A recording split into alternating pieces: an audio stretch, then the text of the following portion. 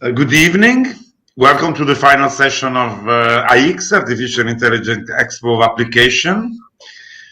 Yes, those days have been incredible. Like in the last 3 days, people were discussing super intelligent stuff about the actual evolution of the application of artificial intelligence in practically every kind of possible activities. But it's Friday night,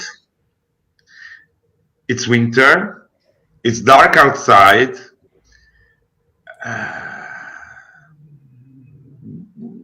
It's not time to be so clever.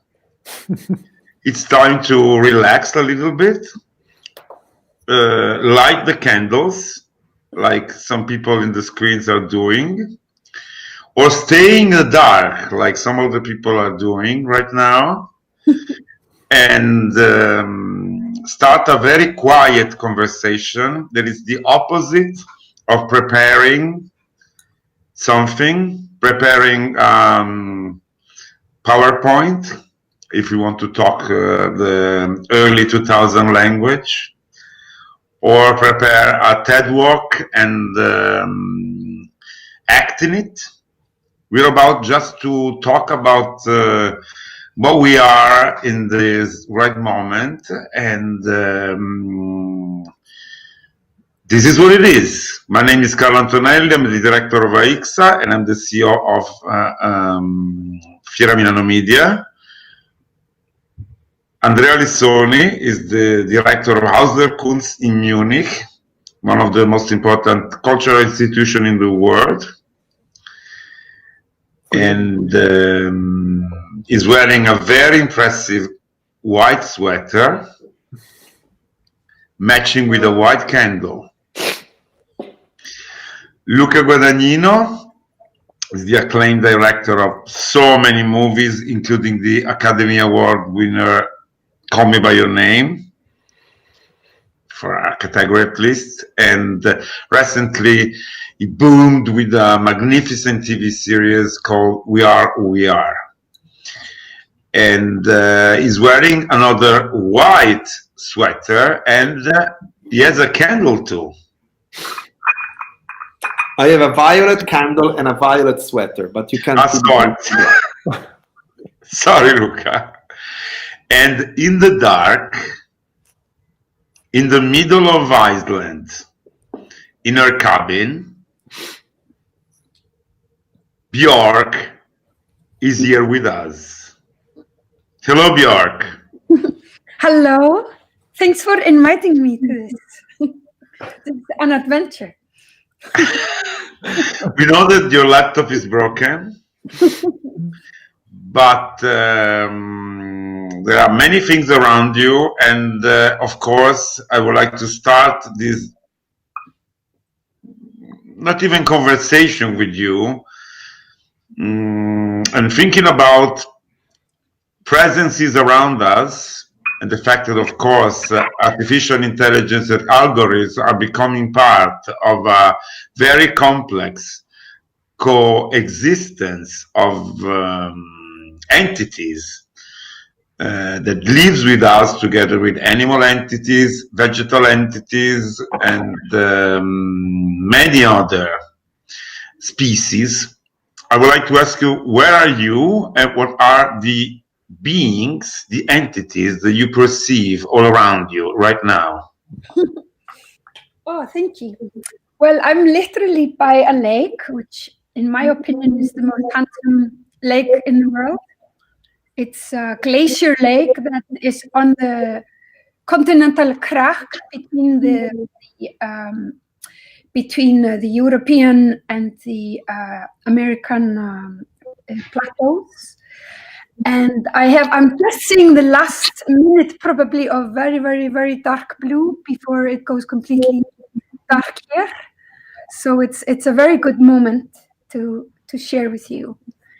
Yeah, I think I have very, very gorgeous panorama here too. It's like one lake of each, one mountain, sorry, of each kind all around the lake. One very beautiful round one called Skjaldbreiður, which is the breast of Mother Earth, the Vikings wrote poems about, and one very harsh and aggressive and lava-ish, and one very beautiful romantic, yes, basically the most ideal feng shui of a greatest hits of mountain collection, sitting around this gorgeous lake in the mountains.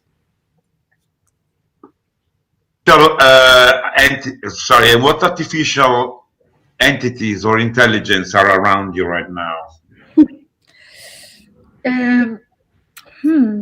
I could reply this several ways. I think maybe I will go to the title of the talk. So yeah, I think for me, maybe the closest I've been to artificial intelligence conceptually has probably been 10 years ago when I did an app collection, 10 apps to teach kids about musicology. And I got very, very, very excited when I had the first touchscreen. And then I wanted to map out how I experienced musicology, because I was very offended by the two-dimensional musicology I studied as a child. So I started making structured algorithms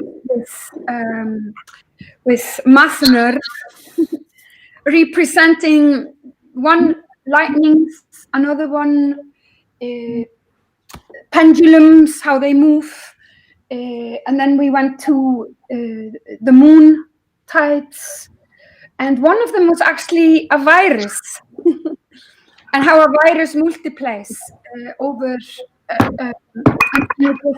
the enemy. So it was a very quick way to teach kids about musicology. And actually, we went to 10 different cities and studied for a month with each group of kids, schools. And there was kids were learning what they normally would learn in 10 years very quickly, especially the kids who had ADHD or hyperactive, or kids that crave things to be three-dimensional, that have dyslexia and where their third dimension is the highest sensory of them. So yeah, I think when you proposed this adventure and invited me, this was what came up out of this work done that could probably be on topic. It was a beautiful app, by the way. Luca. Yes. Hello. Normally and stupidly, the idea of meeting an artificial intelligence is always represented by, let's say, a woman in general, like a pixelized woman or something like this. But it's not only stupid, but it's also reminded me of a common reference, which I think is David Bowie, and one of your basic topic in your world, which is loving the alien. And this is the question. What's loving? What it is? What does it mean, loving the alien, in your work and in your life? I don't know if that is necessarily connected to the concept of artificial intelligence. No, not at all. But, well, I would say that loving the alien is the possibility of letting the other in their otherness, in a way, cross over your own identity and your own self. So it means to be porous. It means to be able to somehow allow or surrender, actually, not to allow, but surrender to the possibility of a profound otherness. and in the possibility of the otherness to disrupt your world, and in a way to bring new possibilities through the disruption. And in my life, I don't know, my dear. You know me very well, and so I think you could answer. No, come on. For me, probably, right? Better than you, but when you mean, what's the best movie that you can think of? What's the cinematic reference for you of this relationship with the other that you were describing? Well, there are many. I would say probably the great movie by Maurice Pialat, Under the Satan's Sun. It's a movie that challenges our idea of the, let's say, like the boundaries between us and the other. In him portraying a character played by Gérard Depardieu that is absolutely and totally unlikable. Probably another great movie about that is Merry Christmas, Mr. Lawrence by Nagisa Oshima. Mm-hmm. I would say, but many. I mean, all the great movies somehow are bringing that kind of theme at the center of their quest. Let me ask you a more stupid question. Like, what was like dealing and working and representing teenager in We Are Who We Are for you? Because in a way, like, I believe that I'm not very fascinated and interested in the apology of the youth. I think that is absolutely a topic or a way of addressing youth that I am against, simply because I think that you can find something interesting in different realm of or age groups, let's say. What I like about teenagers, though, is that they are somehow struggling and fighting for their lives every day of their lives, and they don't know why. When you are younger, you feel you are immortal, and when you're older, you cope with the mortality. But when you are a teenager, you see this transformation and you don't know why. This is very dramatic, and so it's very cinematic as well.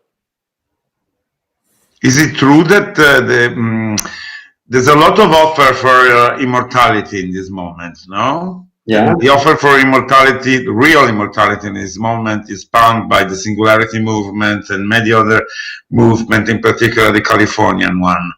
I'm sure that you are thinking about it. Of immortality? I don't think there is something more depressing and terrifying than being immortal. Unless you are immortal together with the friend you want, which includes all of the people here, the new friends and the old friends. But immortality per se, it's terrible, right? It's a strong debate in this moment since 20 years, I think, in this kind of enclaves. There is something that I want to tell you. There is another characteristic of this talk. It will disappear. There will be no record. There will be no possibility of finding it again. It will disappear as soon as we will blow the candles, and we will remain in the dark, and it will be gone forever. Speaking about mortality. That's nice. Beautiful. Andrea, you like a Benjamin Button. You'll be born 100 years old, and now you finally reach your 50. Oh dear. Don't say that. So you're in the best moment of your life. Hopefully. And what's gonna happen from this moment onwards? What do you see? I mean, you're looking at everything, and yes, you didn't work with viruses, but you work with bacteria, and you work with the intelligence of bacteria in the past. I take modern with Philippe Parrenaud, and probably between all of us, you are the one who work mostly with the algorithms and artificial intelligence in some of your curatorial works. Am I wrong? Well, I perhaps yes, you're right. I'm sure that I didn't have the opportunity that Björk had to work so early on application on like developed by Apple back in the days when she worked on biophilia.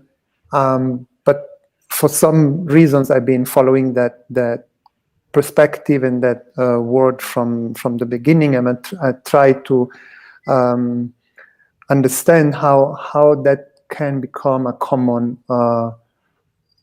common state rather than a personal, let's say, dangerous or very pleasurable item in our life.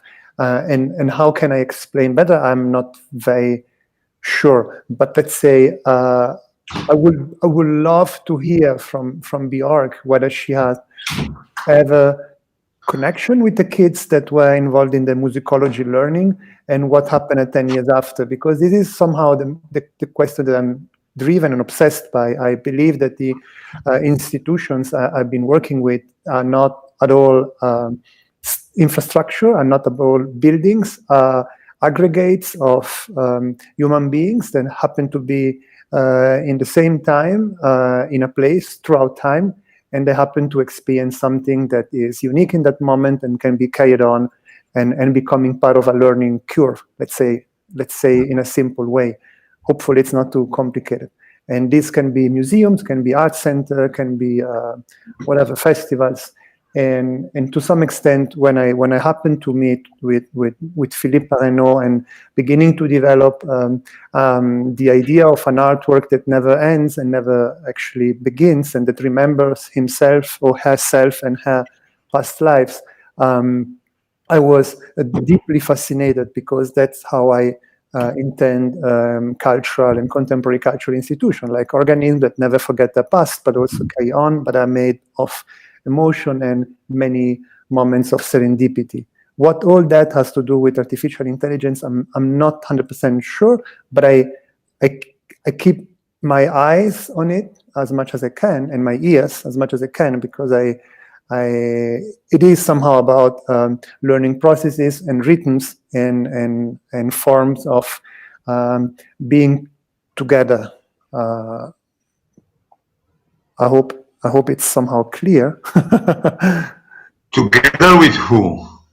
Together. I mean, that's the point. I mean, together doesn't have necessarily a complement with whoever, with whomever, with animals, species we are not aware of, people that are no longer there and may be still with us in other forms, and forms of, let's say, pure mineral-driven acting machines, as artificial intelligence can be, so yeah, I feel isn't it about instructions? And of course, these instructions can be very rigid and strict, but of course they can also be very poetic, like some of John Cage works, where he gave like a list of things to do. Mm-hmm. Or Stockhausen, when he asked the elite of Cologne to go at midnight into the forest in their fancy gala clothes, and then the instructions to the musicians was to hide in the trees and play until somebody would come and walk up to you, and the minute somebody came close to you, you stop playing and run behind another tree and start playing. So this was all night. And in theory, this is the same method as artificial intelligence. It's sort of like a set of rules. Yeah. And the gala dress guests, they tore all their dresses and they were very upset, and then they overcame it and were hilarious, ecstatic with joy, and loved it. So it was like a big moment. And I think it's not a new idea. in art, you know, that to have this kind of like this instructions like an AI. I think it's kind of always been there, and it can be very poetic and very inviting, you know. It's yeah. Andrea, can you work with Ian Chang, right? Yes. And maybe not so many people knows the work of Ian Chang and how this kind of artist can use algorithms to create landscape that will never be the same after you've seen it once. Do you want me to say something about the way this is just, Ian Chang? It's very hard to describe the process behind, but in the end, if you want to imagine a Ian Chang work, you have to imagine maybe like imagine a swamp, right? You're looking to a swamp, and your eyes and your ears are not moving as the one of a camera, but they could mimic a camera, and you see forms of life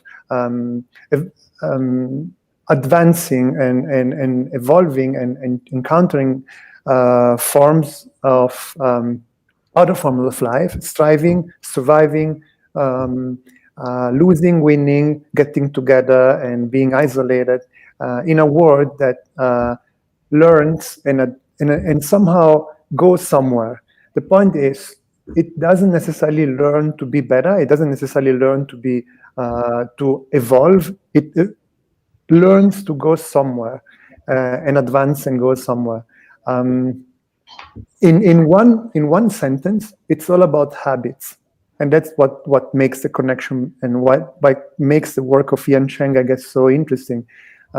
The habit that we all have, in the end, is an instruction of making something regularly, and how or whether we can change this habit. Let's say an habit can be every day I drink a glass of water, and I didn't drink a glass of water since today, and I will drink a glass of water throughout the next 2 months, and that will stay with me forever. If I introduce this habit in my behavior, something will change, not only in my body, but also in my way of functioning. So the way to reduce the Ian Chang work to specific image is a swamp, and behind the swamp, a score written by someone who could be a very good friend or peer of John Cage, being in love with mushrooms, but also very much aware of forms of friendship, collaboration, and what writing a score can mean. Luca, this is your thing. Scoring. That's beautiful. Yeah. And it's also yours, Björk. Yeah. Well, I think probably music is, in a way, from my intellectual standpoint, something so mysterious and ungraspable that I really am completely ignorant about, and yet totally drawn toward. That I would say that is my idea of an artificial intelligence. Both the music in itself and the creator of music. It's very mysterious how music, for me, becomes, in a way, becomes as a form, and it's very mysterious the way in which you can communicate. From my perspective, when particularly I use music in my work, what I am intending or what I'm listening in my mind before even I know the music that I'm thinking of. Very difficult, very sophisticated. Look, I can see that the dark spirits in your room are eating you. The candle, unfortunately, died. So maybe it's better to say goodbye before the end. No, wait. You want me to leave? No, I was about to say hello before you were swept away by, you know, dark corridors. Björk.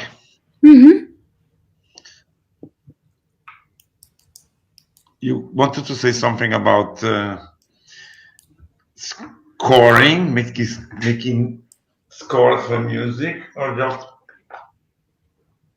thinking about the way I think the use of the instrument that you do, and in particular the way you are in a way obsessed by rhythms, is putting you in a very close position of deal with a very strange entity which is composed by very different pieces that you can control and move like a like ants, or like bees, or like something that is very close to a biological entity composed by many individual beings. Am I wrong? Yes, I probably should write a very long essay on rhythm one of these days. Because I always perceive you like a Disney figure, you know what I mean? Like a Walt Disneyian kind of imagination in your head. I don't know why. Oh, thank you. I'll take that as a compliment. I mean, I think I've always been very obsessed with rhythms. I mean, just in a more direct way, even though when I was in punk bands in my teenage years. We were there. I managed to be in the band with the magnificent polyrhythmical drummer. And the vocals and the drums kind of took over, and the other instruments were in the back. But so I think I think, but I mean, I could answer this question a million different ways. I'm trying to decide which way to go. Yes, I do spend a lot of time on rhythm for sure. My albums are, each album, maybe it's similar to Luca. Oh, by the way, I watched We Are Who We Are. It's magnificent. Oh my God, this is great. How beautiful. It's magnificent. How beautiful. I begin to say, sorry, I'm like interrupting everything, but I just have to say it. But I don't know, maybe rhythm for me is similar to location or something, because maybe because I'm getting quite old and I like to surprise myself, and each album I'm treating myself that each album is a completely new place I've never been in. And of course I always have to deal with my voice, which is very biological and controlled by nature, only one thing. So rhythm for me is just like, oh, now I'm gonna do a rhythm I've never done before, and so it's very and it's sort of like solving a murder mystery for me to try to figure out the rhythms. And I'm actually just in the stage of my album now, my new one, where it's like I'm trying to work out the rhythm, but the rhythm you cannot decide too soon because then you kill something. You cannot decide too late. It's like it has to be some sort of subconscious something territory. I would like to ask you about the environment of your films, Luca. I'm just so blown away. And I Am Love, that's one of my all-time favorite movies. I was just asked by a friend yesterday to name my top 10 films, and it was one of it. You know. I'm so proud. It means so much to me. How do you jump between those environments? Is it like rhythms? Sorry, I lost you for a second. How do you jump between the environments of each from film to film to film? You think it's similar to different rhythms from album to album to album? Or am I? I think that I always have been interested in eclecticism, and in a way, I'm interested in filmography. Probably because when I was young, I was teaching myself understanding cinema by reading a lot of monographies of filmmakers that I was interested about. And some of these books in Italy, they were called Il Castoro Cinema because they were edited by Castoro Edizioni. They were mini monographies about Howard Hawks, Fassbinder, and they went and the way they were telling you about the filmmaker was about through their filmography, and mostly these were books about directors that were no more. And so to see the filmography of a filmmaker has always been, in a way, my attitude, to understand from the end what is that someone has left to the world. And the idea of a sort of big bunch of flowers, if you want to use this metaphor, that could be the collection of your films or the collections of your music, in a way has always interested me. And because I feel I am a little bit of a clown and a showman, I like the idea of impressing people after. So for me, my honest personal mission is to make the perfect filmography, which doesn't mean that it has to be made of great movies. It's just that it has to be made of the forms and shapes and colors that I believe are perfect. That's why, to take your point, I love the idea of jumping from environment to environment, from place to place, from world to world, because in this way, probably I am trying to pick many different forms that could be contributing together to this bunch that will be my filmography. When I'm gonna be dead. Speaking of this, there is, I think, a very good Italian philosopher living in London called Federico Campagna, who says something that I think is particularly interesting, saying that, of course, we are at the end of an entire civilization. This is not a particularly bad news. There have been many civilizations in human history and in Earth. So this is not a great deal, but our duty at this moment is probably to leave to the next generation a very good memory of what we were, in a way of also faking reality a little bit in order for them to perceive it better than it was.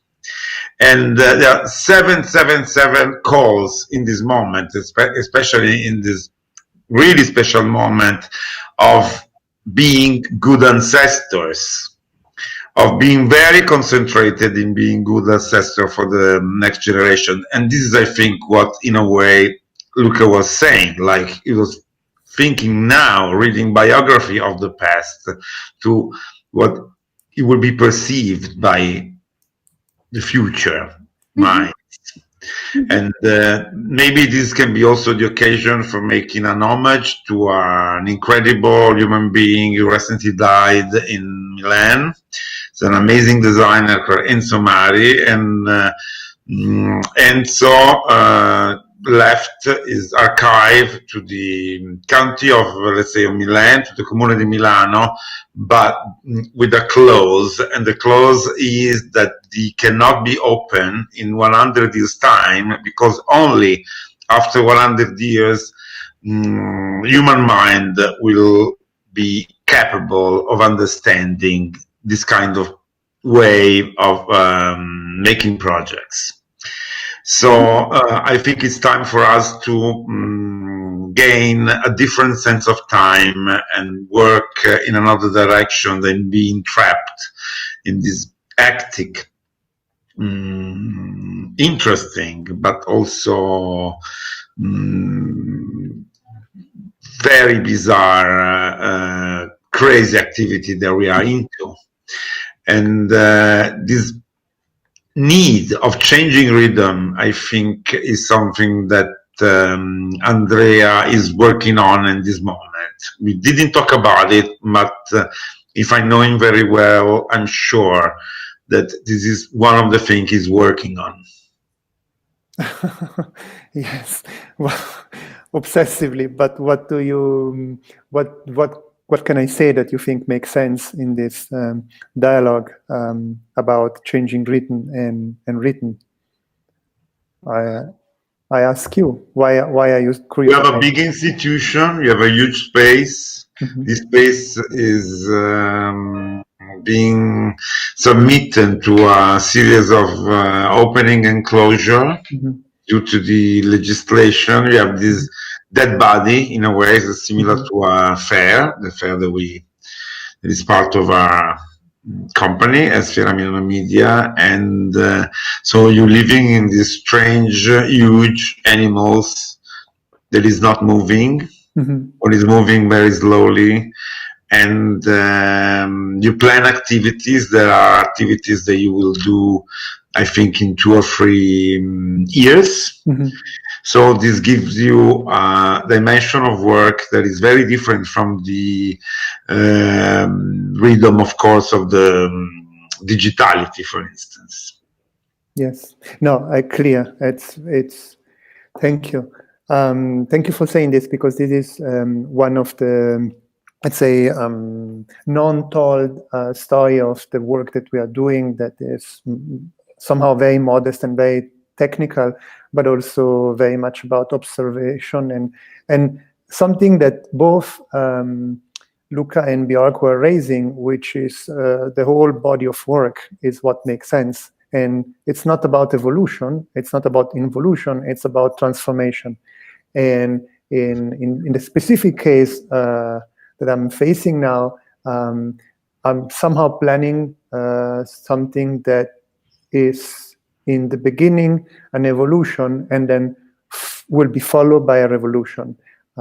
So this is somehow the timeline I'm working on.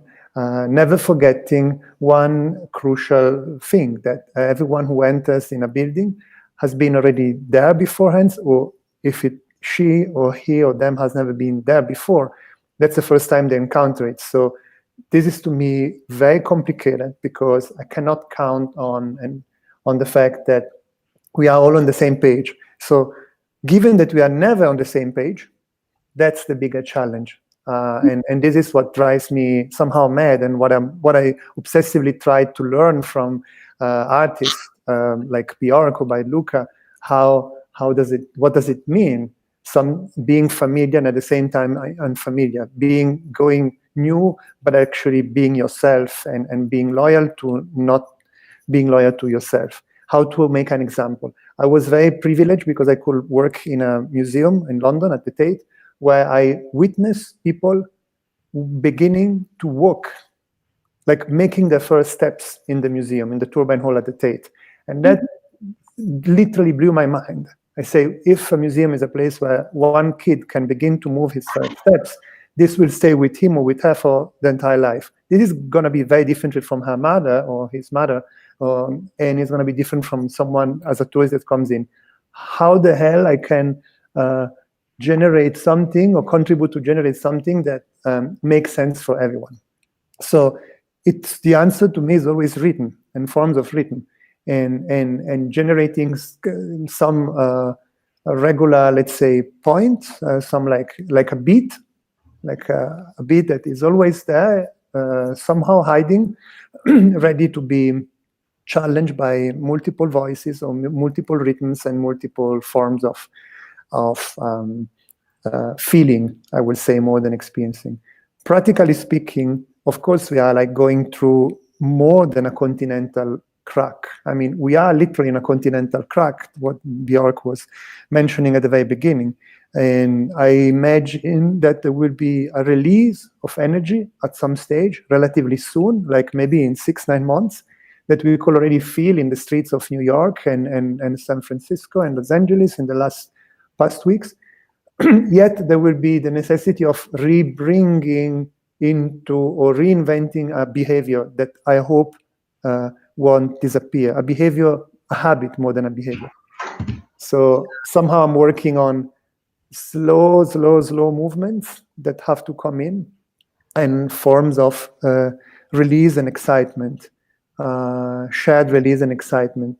I mean, making exhibition, it's not necessarily a good answer to doing it. So that's why it should feature music, it should feature moment of sharing, it should feature moment of remembering histories and stories, and particularly dealing with forms of storytelling. Again, I think I'm very abstract, but it's, I mean, obsessions are very abstract now, and you cannot really give form to them in simple language.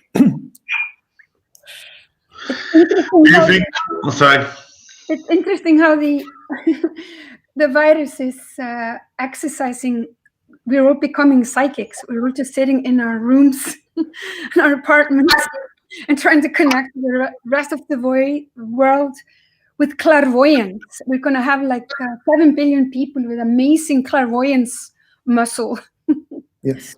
And run into the street with this muscle in spring exploding. It'll be a beautiful thing. Totally. Björk, do you think, maybe that's what you did your entire life? I really think that it's time definitely to go from prose to poetry. I think that if there is something that the COVID times or these quarantine times taught us, is the complete uselessness of any tale in a way or another. So, do you think there is something slightly intelligent on what I said, or it was complete stupid thought? Because this is a necessity that I feel all around us: silence and poetry. Yeah, I mean, yeah, I understand. I think we are all kind of just going home and centering ourselves, and I'm just watching people like relatives or friends who maybe are not artists and usually don't have the luxury to do that.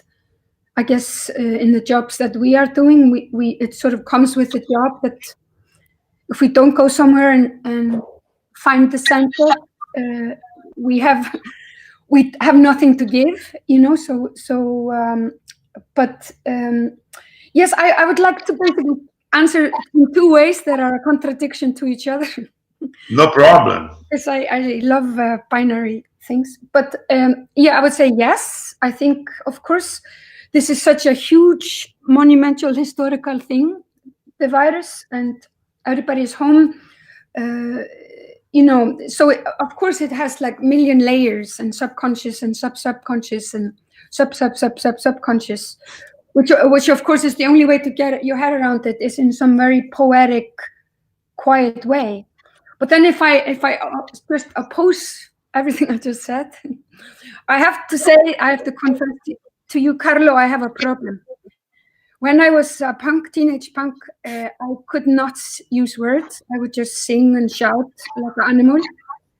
And now, all these years later, I've developed slowly. So now I usually have more words than notes in each song. So I will have like 7 verses of lyrics and only 5 verses of music. So I'm having actually a problem where my brain is convincing me that prose is more important than poetry, because I think I was introvert as a teenager, and I'm learning to be extrovert. So you're on the opposite person. But I think it's artificial. So I'm just pretending. So I don't know. I actually find it quite comical because. But I think I'm making it now on this album because I'm sort of not just letting pages and pages and pages and pages of lyrics, just cutting it down and getting it to its essence. And you're actually right. So I contradict myself. The second one, I would like to end my reply with saying that COVID or this Corona quarantine has done the same to me, like probably with everybody else, is all the deadlines have gone out the window. So it has made me, instead of delivering everything half a year ago, I have longer time, so I actually condense it to the next layer and to the next layer. So I'm actually taking the prose out a little bit and hoping the poetry will win. Thank you. Luca, what is it, facing the unknown? Because probably if we have to go back in the conversation to the topic of these 4 days, the idea, of course, that the artificial intelligence machine or whatever will overcome human intelligence, but in general, or reducing or augmenting the quantity of jobs and many other topics. But one topic is the topic, which is, of course, the next 10 days, the next 20 days, and in these times, the unknown. For what I know, you've been an exceptional tamer of uncertainty. Probably of all the people I know, you are the best one to face uncertainty and unknown in a incredible brave way. So how do you face what's going on in the next 2 or 3 years? Beautiful question. Luca doesn't think so.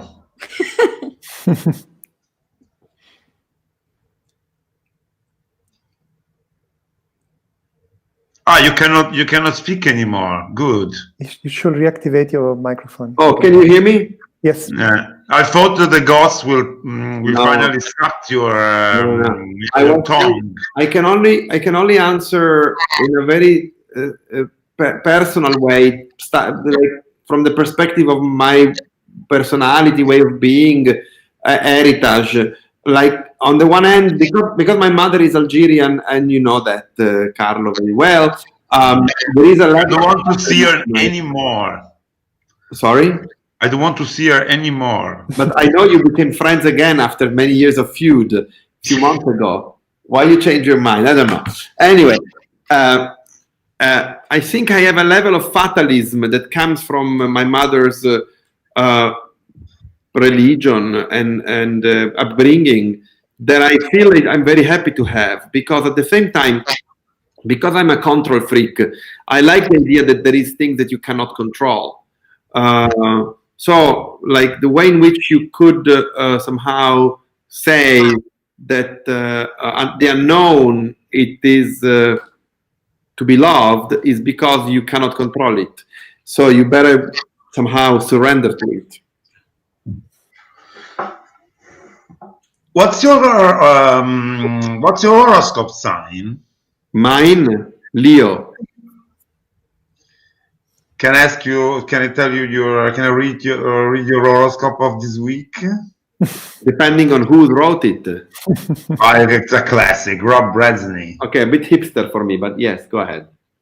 Listen, this is what we have. I know. I am my own sanctuary, and I can be reborn as many times as I choose throughout my life. Singer-songwriter Lady Gaga said that, and now offer it to you to use it as your motto. According to my analysis of the astrological omens, it's fabulous time to be your own sanctuary. I invite you to rebirth yourself at least twice between now and the end of November. Well, if I have to think of myself as my own century, I'm definitely 20th century. I am 20th century. I prefer to be 20th century. I don't know. I don't understand 21st. So you are. So you're already an ancestor. Io sono la ragazza del secolo scorso, myself. Mm-hmm. It's a too long story. Yeah. And Andrea. Yep. In this moment of which is the most sci-fi moments that we ever lived and expected in our lives. And luckily, we read a lot of science fiction in our teenage years to understand, slightly understand what's going on. I was wondering if there's something you can say about the fact that people lived in rooms like we are living in a room in this right moment, and working alone in a single room the way Bruce Nauman did so many times in his career, making something out of it, especially, of course, in the video works. I'm saying that because Andrea, together with other 3 curators, has now an exhibition. I don't know if it's visible or not, at Tate Modern, which is a retrospective of some of great Bruce Nauman works. And there is something we can understand and extract for Nauman's attitude towards living, acting, moving, breathing, speaking. I think for those that do not know the work of Bruce Nauman, it is very much about instructions, and it's very much about resilience, and it's very much about preoccupations, very basic preoccupations that consistently were questioned and transformed in artworks throughout maybe 50 years of research. So the same question come back and back and back in a different form, in a very formal way, but in a very compelling and sometimes uncanny and maybe also out of tune way. What can we learn from his behavior? I can't really say. I can say that being apart, being loyal to yourself and your community, not necessarily living on a platform, not necessarily thinking of selling anything, but like generating forms of transformation or providing forms that can be transformative, knowing that they already transform yourself is the main indication. What does it mean? To some extent, this person has been doing his work his entire life in more or less in the same environment, in a studio, and living the environment outside the studio, which is the mind-blowing landscape of New Mexico, which has been inspiring so many incredible artists, particularly women artists throughout the 20th century, like Agnes Martin, for instance, or Georgia O'Keeffe. Never transpires, never enters his work. So his work is, to some extent, completely mental. Yet he is part of a community outside. He's part of people that are dressing his horses, that are working with him, and they are like generously part of the world he is trying to build. I don't know how to frame it differently, but he allowed himself to be transformed by his obsession for living and working. Also failing very often, failing in delivering, failing in respecting deadlines, failing in being in following the dictatorship, let's call it as such, of the rules of the artworks, but being incredibly loyal to himself, and that's something that one can learn, I guess. But again, it's very abstract. The show is on at the Tate now, and it's seen by mice, I would say, because the Tate is closed, and the only inhabitants I'm very familiar with, having spent so much time at night into the Tate in the past, is some beautiful, silent, and very fast creatures that one can see running from one end to the other of the wall. So it's also nice that such an interesting world is seen by non-human beings. No, I think it makes sense in this moment also. It's like a machine. But I think the mices are very, very, very important as an audience. So don't underestimate them. No. You know. Yes. I have a question for Björk. Mhm. Andrea. Yes. It's time for you to go to bed. Blow the candle. Okay.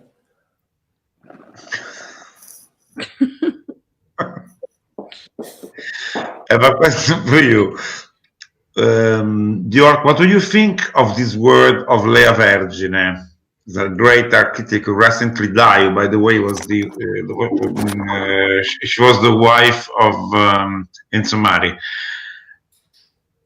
I had to have a lot of courage, and only who's very afraid of life can. Sorry. This means can have the courage. Do you think fear can help us moving forward, or it freezes us? We're getting very psychological. Yes. Sorry, I mean, it was very bad. My reading was awful. I cannot see anything, by the way. Yeah, I mean, my mind goes very quickly to yoga. Obviously, being a singer, my body is my instrument, so I have to take care of it. So I do a lot of yoga, and I breathe a lot, and do Kundalini yoga, which is the one with the most hyperventilation is the key to everything. And there is a lot of talk about it, is that fear is excitement without the breath. So when I start panicking, I think about this a lot, and just it's basically, yeah, it's enthusiasm. Sorry, I'm misquoting. Fear is enthusiasm, but without the breath. So I think if you include the breath into fear, this is a very singer answer. I'm very sorry. It's very functional, but it's also very existential. It's how to cope with fear. You know, there is like you can breathe into your stomach, which is more blue, and when your lungs is more red, and this is something, you know, when you do a show, it takes an hour and a half, 2 hours, and you are thinking about this the whole time. And there is this, like everybody knows, I'm sure all of you guys have some of it in your work. If it's opening an exhibition, Andrea, or filming, Luca, or the things you do, Carlo, but it's this kind of like living with getting that perfect dose of adrenaline, not too much, not too little, and then surfing it to the heights. You know, you don't want to live without it. You know, but you know, if you are really, really calm before a concert, it's going to be a horrible concert. But of course, it's you know, I sorry, it's like every single question always goes back to Corona. I'm sorry, it's a bit one track mind. But yeah, I think it's definitely something that artists or musicians have to learn very, very early. Is to learn. You cannot plan things, you know. It's one of the first things you learn in your teenage years. So I think the sort of fear of the unknown is just like something you learn to live with, and I think maybe that's why when we had the bank crash 10 years ago in Iceland, there was this huge philosophical conceptual debates, and in a way my album called Biophilia came kind of out of a lot of huge talks and what to do with unemployed people, and can we exchange it was a collaboration with the university and the city and the artists, and nobody paid each other, and it was just an exchange because everybody were broke. And so in a way we confronted that fear with some sort of project that was all about not putting any outside fuel into something, or that it could we could coexist as a unity on some sort of synergy. And in that situation, it was kind of the broke musicians and broke authors who write literature in Iceland who ended up actually having the most usual functional lectures of how to confront fear and how to just learn how to live with it. And I wouldn't be surprised if the coronavirus would come up with something similar. Was that too long answer? Sorry. No, it was just beautiful. Okay. And we are all in the dark. Yes. Luke has been clearly finally sucked away by the dark mothers of India. You're still there. You're fighting like Dakota. I'm here.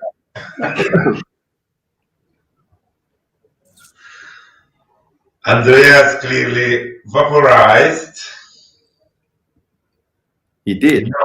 We're all fearing, confronting the fear of unknown. Yeah, we're just relaxing, so we can stay here for hours. But most of all, I would like to thank you. Thank you so much. Thank you. Thank you, Björk. Thank you, Andrea. Thank you, Carlo. Thanks to everybody. Thanks, Andrea. Thanks, Luca. Thanks, Björk. It was a magnificent presence. And the audio presence was like a genius idea. And let's leave it to our future people. Thank you, Andrea, Carlo, and Luca. And it's wonderful to witness your friendship. I'm honored to be a witness to it. Thank you. We're honored, same as you and more than you.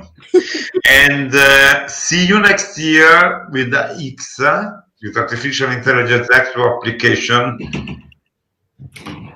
with more uncanny moments. Yes. Have a great weekend. Bye-bye.